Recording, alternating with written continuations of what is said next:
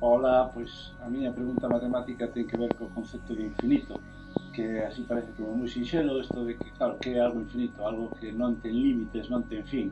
Pero cando me empeza a pensar un pouco, a mí polo menos a cabeza non me dá isto de que hai infinitos distintos, que pode haber infinitos máis grandes. Cantos números pares hai? Infinitos. Cantos números impares? Infinitos. Entón, se temos os números pares e os impares xuntos, que temos dous infinitos, un infinito máis grande, esa cousa de que calquera número multiplicado por infinito é infinito, eso, se hubiera un matemático disposto a explicar todas estas cousas, pois sería fantástico. Cal é o número máis grande? Esta é unha pregunta que, máis cedo ou máis tarde, todo o mundo nos fixamos cando aprendemos a contar e descubrimos o maravilloso mundo dos números. Seguramente que as respostas se ían sofisticando co tempo, pasando do concreto a nomes inaparcables que non sabíamos nin ler, como un seguido de moitos ceros, millón, trillón, quintillón, ata que nos demos conta de que era máis eficiente poñer moitos nomes. Pero non importa o número que pensemos, sempre seremos capaces de atopar outro máis grande.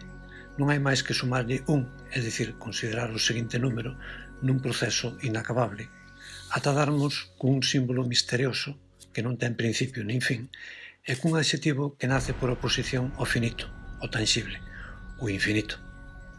Esta podería ser unha resposta á pregunta de Castro, pero hai un pequeno ou non tan pequeno problema, que o infinito non é un número. Se acudimos á xénese da idea de número, teremos, por unha parte, coleccións ou conxunto de obxectos, como estas cabras, estes bisontes, estas marcas nun pau ou este xesto cos dedos. Pola outra parte, teremos os números, e así o número 3 é aquilo que comparten estas coleccións e calquera outra que se poida poñer en correspondencia un a un con calquera delas. Con estes dibuxiños podemos facérmonos unha idea de que significa a correspondencia un a un. A cada elemento do primeiro grupo correspondelle un e só un elemento do segundo. E non pode quedar ningún solto nin no segundo nin no primeiro grupo. Desde o punto de vista das matemáticas, a partir da colección sen elementos, a que se asocia o número cero, vanse construindo os sucesivos conxuntos que se usan como patrón para establecermos o tamaño das coleccións ou conxuntos, o que nos referimos tamén como o seu cardinal. O feito de que cada número teña un único sucesor permítenos usalos para ordenar ou enumerar os elementos destas coleccións. Se agora consideramos o conxunto de todos os números o que chamaremos n, con que conxunto patrón se pode poñer en correspondencia un a un? Non existe ningún, porque sempre nos van quedar elementos soltos que non poderemos asociar con ningún. Por esa razón, eliximos un novo símbolo, o alef, a primeira letra do alfabeto hebreo, para referirmonos ao cardinal deste conxunto e, polo tanto, o de calquera outro que se poida poñer en correspondencia un a un con el. Vale, alef non é un número dos de contar. Como cantidade de elementos dunha colección é maior que calquera número, pero compórtase como se fose un número? Vexamos, se a n lle quitamos un elemento, temos outra colección con menos elementos, exactamente con un menos. Pero, oh sorpresa, hai a mesma cantidade de elementos en n que en n estrela, co que alef non se comporta como os outros números para a suma con un dos números de contar.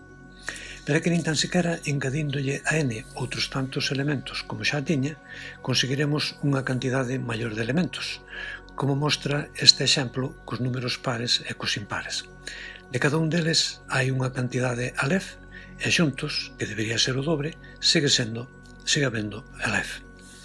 Podemos multiplicar alef por calquera número e non temos nada maior. Todo apunta a que alef é a cantidade máis grande de elementos que se poden xuntar. Vemos que nin sumando alef con un número, nin consigo mesmo, nin multiplicando por un número, conseguimos nada maior. Se poñemos dúas copias de n, ou 3 ou 4, non aumentamos a cantidade. E se poñemos alef copias de n, é dicir, unha copia de n por cada elemento de n, teremos algo máis grande? Pois tampouco aumentamos, porque podemos enumerar os seus elementos, é dicir, poñelos en correspondencia un a un con n. Como podemos apreciar, os elementos destas alef copias tamén se poden enumerar. Polo que tampouco multiplicando Aleph por Aleph, calquera número de veces que queiramos, teremos nada máis grande.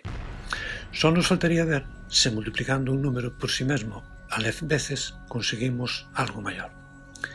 Xa que con números non fomos quen de facer nada máis grande, probaremos con conxuntos de números, que hai moitos máis, dado que en particular con cada número podemos formar o conxunto que ten só ese número como elemento. Para contalos, imos identificar os conxuntos de números con tiras de longitude Aleph, un carácter por cada número, coa seguinte regra.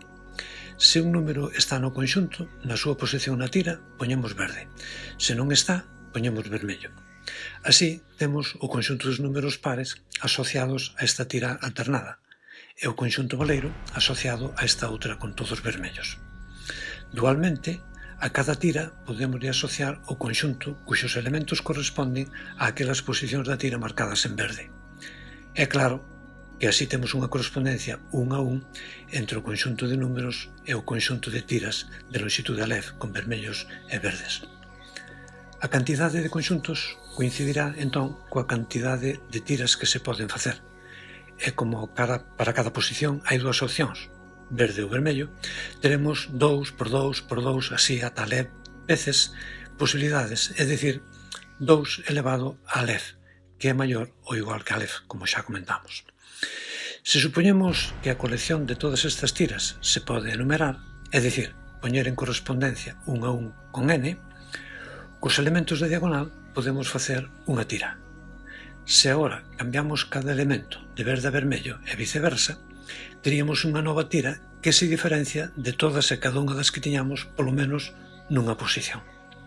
Pero isto contradía a suposición de que estas eran todas as posibles tiras que se podían facer.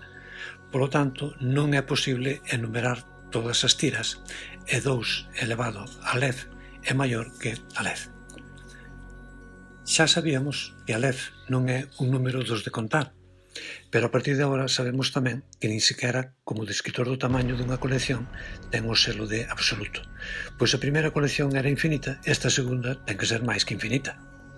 Isto xustifica que se utilice a notación Aleph 0 para a cantidade de elementos de n, deixando a porta aberta Aleph 1, Aleph 2, Aleph 3. Isto é só o principio, pero tamén é o final da resposta á pregunta de Castro.